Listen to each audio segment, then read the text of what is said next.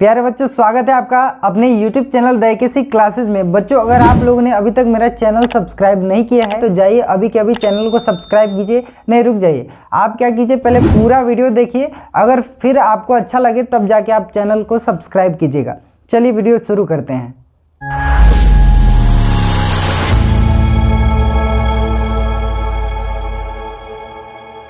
तो आज हम लोग पढ़ने वाले हैं अभी दो चर वाले रैखिक समीकरण युग्म के बारे में, है ना। दो चर वाले रैखिक समीकरण युग्म का डिटेल्स में हम लोग सबसे पहले पढ़ेंगे और उससे ऑब्जेक्टिव कैसे बना पाएंगे, क्योंकि ऑब्जेक्टिव बच्चों लोगों से नहीं बनता है। पढ़ लेता है सब लेकिन ऑब्जेक्टिव नहीं बना पाता है, ठीक है। तो ऑब्जेक्टिव इसका कैसे बनेगा इसके लिए हम लोग बात करेंगे, ठीक। सबसे पहले दो चर वाले रैखिक समीकरण युग्म समझने से पहले हमको ये समझना होगा कि रैखिक समीकरण कहते किसको है ना। युग्म का मतलब जोड़ा, एक एक वर्ड को हम लोग समझेंगे कि दो चर वाले रैखिक समीकरण युग्म है क्या। तो जैसे यहाँ पे लिखा हुआ है दो चर वाले रैखिक समीकरण युग्म। अगर तुमको इसके प्रत्येक वर्ड के बारे में समझ में आ जाएगा तो तुम इसको समझ लोगे डिटेल्स में, ठीक। यहाँ पे लिखा हुआ है दो चर, क्या लिखा है, दो चर। देखो, ऐसा जो मतलब समीकरण होगा ना, उसमें दो चर होगा, एगो x होगा एगो y, a b c d p q, कुछ भी a b c d में से कोई दो चर होगा, m n होगा, a b c d होगा, कुछ भी दो होगा इसमें से, ठीक। s हो t हो, कुछ भी दो चर इसमें होना होगा, ठीक। उसके बाद है दो चर वाले रैखिक समीकरण। कहने का मतलब ये है, रैखिक कहने का मतलब है कि उसके ऊपर पावर नहीं होगा। क्या नहीं होगा? पावर नहीं होगा, ठीक। और युग्म कहने का मतलब है कि जोड़ा। युग्म का मतलब क्या होता है? आज समीकरण कैसे पहचानेंगे, तब बराबर के ओई पार कुछ लिखल होगा, बराबर के उस साइड भी कुछ लिखा हुआ होगा, ना कुछ तो जीरो जरूर लिखल होगा। जैसे कि यहाँ पे हम बताते हैं, यहाँ पे जैसे लिखा हुआ है कि x + 2y अब बराबर 5, ठीक। इसमें देखो दो चर है, एक x है एगो y है ना। अब बराबर के उस पार भी कुछ ना कुछ लिखा हुआ है। रैखिक है यानी कि पावर इसके ऊपर। युग्म अभी नहीं है, ये सिंगल मतलब एक दो चर वाले रैखिक समीकरण है अभी, ठीक है। अभी युग्म तब होगा जब इसने एगो और लिखाएगा, ठीक। जैसे कि यहाँ पे हम लिख दिए 2x + 3y अब बराबर 9, कुछ भी लिख दिए अपने मन से। तो ये दो चर वाले रैखिक समीकरण और युग्म का मतलब जोड़ा, ऐसा दूगो, ठीक। ऐसा 10th में हम लोग को पढ़ना है, ठीक। 9th में अगर पढ़ेंगे तो दो चर वाले रैखिक समीकरण पढ़ते हैं, 10th में दो चर वाले रैखिक समीकरण युग्म पढ़ते हैं। इसके बारे में हम लोग काफ़ी डिटेल्स में पढ़ेंगे सबसे पहले, और इससे ऑब्जेक्टिव कहाँ कहाँ से आता है और कैसे कैसे इसको समझना है ये हम लोग देखते हैं। सबसे पहले तो ईंटा बनते हुए तुम लोग देखे हो, ईंट देखे हो ना, ईंट बनते हुए देखे हो, ईंट घर बनता है जिससे, तो उसका एक फरमा होता है। क्या होता है? फरमा, सांचा, ठीक है। खजूरी ठेकुआ बनता है, उसका भी फरमा सांचा होता है। तो वैसे ही दो चर वाले जो रैखिक समीकरण युग्म है उसका फरमा देखो, सांचा क्या होता है? सांचा होता है उसका कि ax + by + c बराबर 0, और फिर ax + by + c बराबर 0। लेकिन अब तुम इसमें कहोगे कि सर ये तो दोनों एक ही जैसा समीकरण है, एक ही जैसा है। इसको अलग अलग कहने के लिए, जैसे ये पहला है तो इसको हम a1, इसको a2 कह दें, b1 और b2 और c1 और c2 कह देंगे। अब समझ में आ रहा है कि ये दो समीकरण अलग अलग है। इसमें a कुछ और है, इसमें a कुछ b कुछ और है, इसमें b कुछ और है, c कुछ और है, इसमें c कुछ और है, ठीक है। ऐसा समीकरण होगा। जैसे कि अभी तुम समझो कि जैसे यहाँ पे लिख दिए 2x + 5y अब बराबर 9, ठीक, और 3x + 4y बराबर 6, ठीक। इसमें a1 के बारे में अगर बात करें कि इसका a1 क्या है, तो x में जिससे गुना होता है उसको a कहते हैं, a यानी कि a1। यहाँ पे x में जिससे गुना हो रहा है वो a2 है, यहाँ पे y में जिससे गुना हो रहा है वो b1 है और ये b2 है, ये c1 है और ये। आप कहोगे कि इसमें c1 इस साइड लिखे हैं, उसमें उस साइड का है लिख दें। भाई इसको इधर ला सकते हैं कि नहीं ला सकते हैं? इधर 9 प्लस में इधर आएगा तो माइनस में, यही ना हो सकता है। इधर 6 प्लस में इधर आएगा तो माइनस में, और इस प्रकार ये दो रैखिक समीकरण का युग्म यानी कि जोड़ा बन के तैयार हो जाएगा। कोई दिक्कत? कोई दिक्कत नहीं। अब यहाँ पे प्रश्न तुमसे आएगा एक कि किस समीकरण का कैसा हल निकलेगा, एक हल निकलेगा कि अनेक हल निकलेगा कि कोई हल नहीं निकलेगा, किसका ग्राफ कैसा बनेगा, प्रतिच्छेदी रेखा बनेगा कि समांतर रेखा बनेगा, है ना, कि एक ही रेखा पर दूसर रेखा बनेगा। ऐसा प्रश्न हम लोगों से एग्जाम में पूछा जाता है, ठीक। और एक और पूछेगा कि ये समीकरण जो है वो किस प्रकार का समीकरण है, अविरोधी है कि संगत है, आश्रित, असंगत, इस सब के बारे में पूछेगा। ठीक, सब कुछ बारी बारी से हम लोग पढ़ेंगे। ठीक, इसके लिए करना क्या होता है कि हमको A1 A2 और B1 B2 C1 C2 का बटा में रख के देखना होता है, उसको अनुपात चेक करना होता है कि A1 A2 के बराबर है, B1 B2 के बराबर C1 बटा C2, ऐसे करके चेक करना होता है। तो इसको मिटाते हैं और फिर हम इससे आगे अभी उसके बारे में पढ़ते हैं। देखो, जैसे कि A1 बटा A2, B1 बटा B2 और C1 बटा C2। ठीक है, A1 बटा A2, B1 बटा B2 और C1 बटा C2 यदि तीनों आपस में बराबर हो, यदि तीनों आपस में बराबर हो तो ऐसे स्थिति में इस समीकरण का क्या कैसा हल निकलेगा। ठीक है, इसका ग्राफ कैसा बनेगा और इस समीकरण को कहेंगे क्या, वो अभी हम लोग देखते हैं। जैसे कि ऐसा कब होगा, यहाँ पे मान लिया कि 2x प्लस 3y अब बराबर 5 लिखा हुआ है। ठीक, यहाँ पे 4x प्लस 6y अब बराबर 10 लिखा हुआ है। ठीक, ये हमारे पास दो समीकरण है, समीकरण 1 और समीकरण 2। अब देखो तुम A1 A2 B1 B2 C1 C2 को चेक करो। A1 यानी कि यहाँ पे 2, A2 यानी कि 4, यही ना, 3 बटा में 6, 5 बटा में।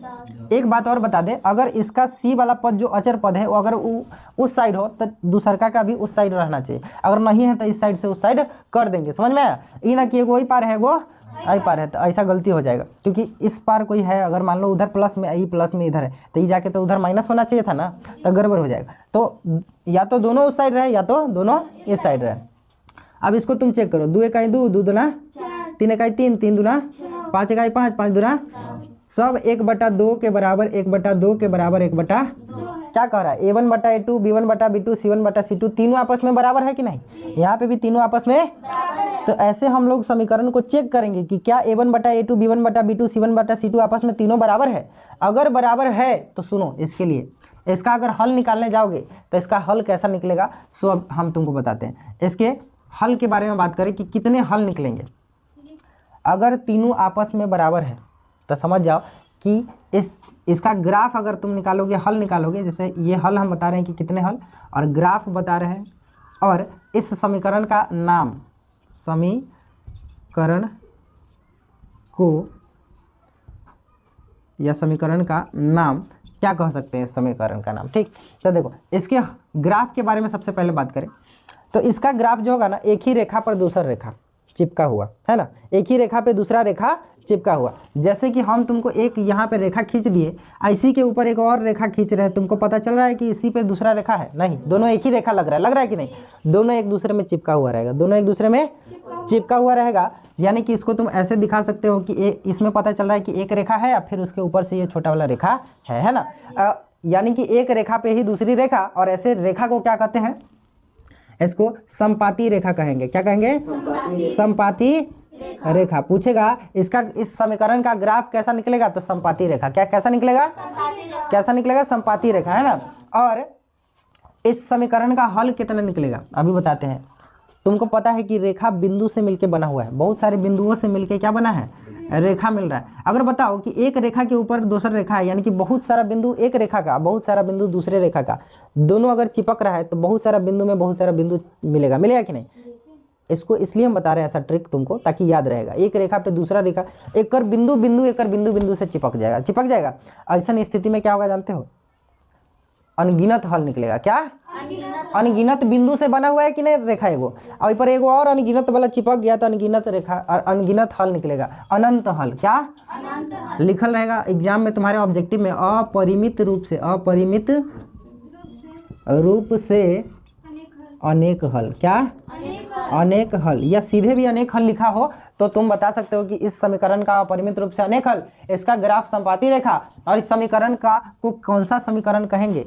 तो देखो एक के संगे संगे दूसरों ओकरा साथे है कि नहीं, तो इसको संगत कहेंगे। क्या कहेंगे? संगत समीकरण कहेंगे। क्या कहेंगे? संगत समीकरण। ये समीकरण युग्म संगत है। ये कैसा है? ऑब्जेक्टिव में पूछेगा, दो ऐसा समीकरण दे देगा, कहेगा कि यह समीकरण का प्रकार किस प्रकार का है, तो कहेंगे कि यह संगत है। कैसा है? संगत है। एक के संगे संगे दूसरों है ना, ये संगत है। कैसा है? या आश्रित, या संगत या आश्रित समीकरण, ये समीकरण युग्म। ठीक है, संगत या आश्रित समीकरण युग्म। तो एक a1/a2 b1/b2 और c1/c2 का हम लोग तुलना पढ़ चुके हैं, है ना।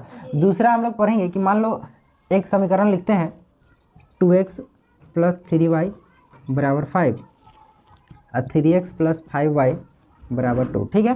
तो ये समीकरण है, इसमें अगर हम a1/a2 b1/b2 और c1/c2 का अनुपात करके देखिए तो 2/3, 3/5 और 5/2।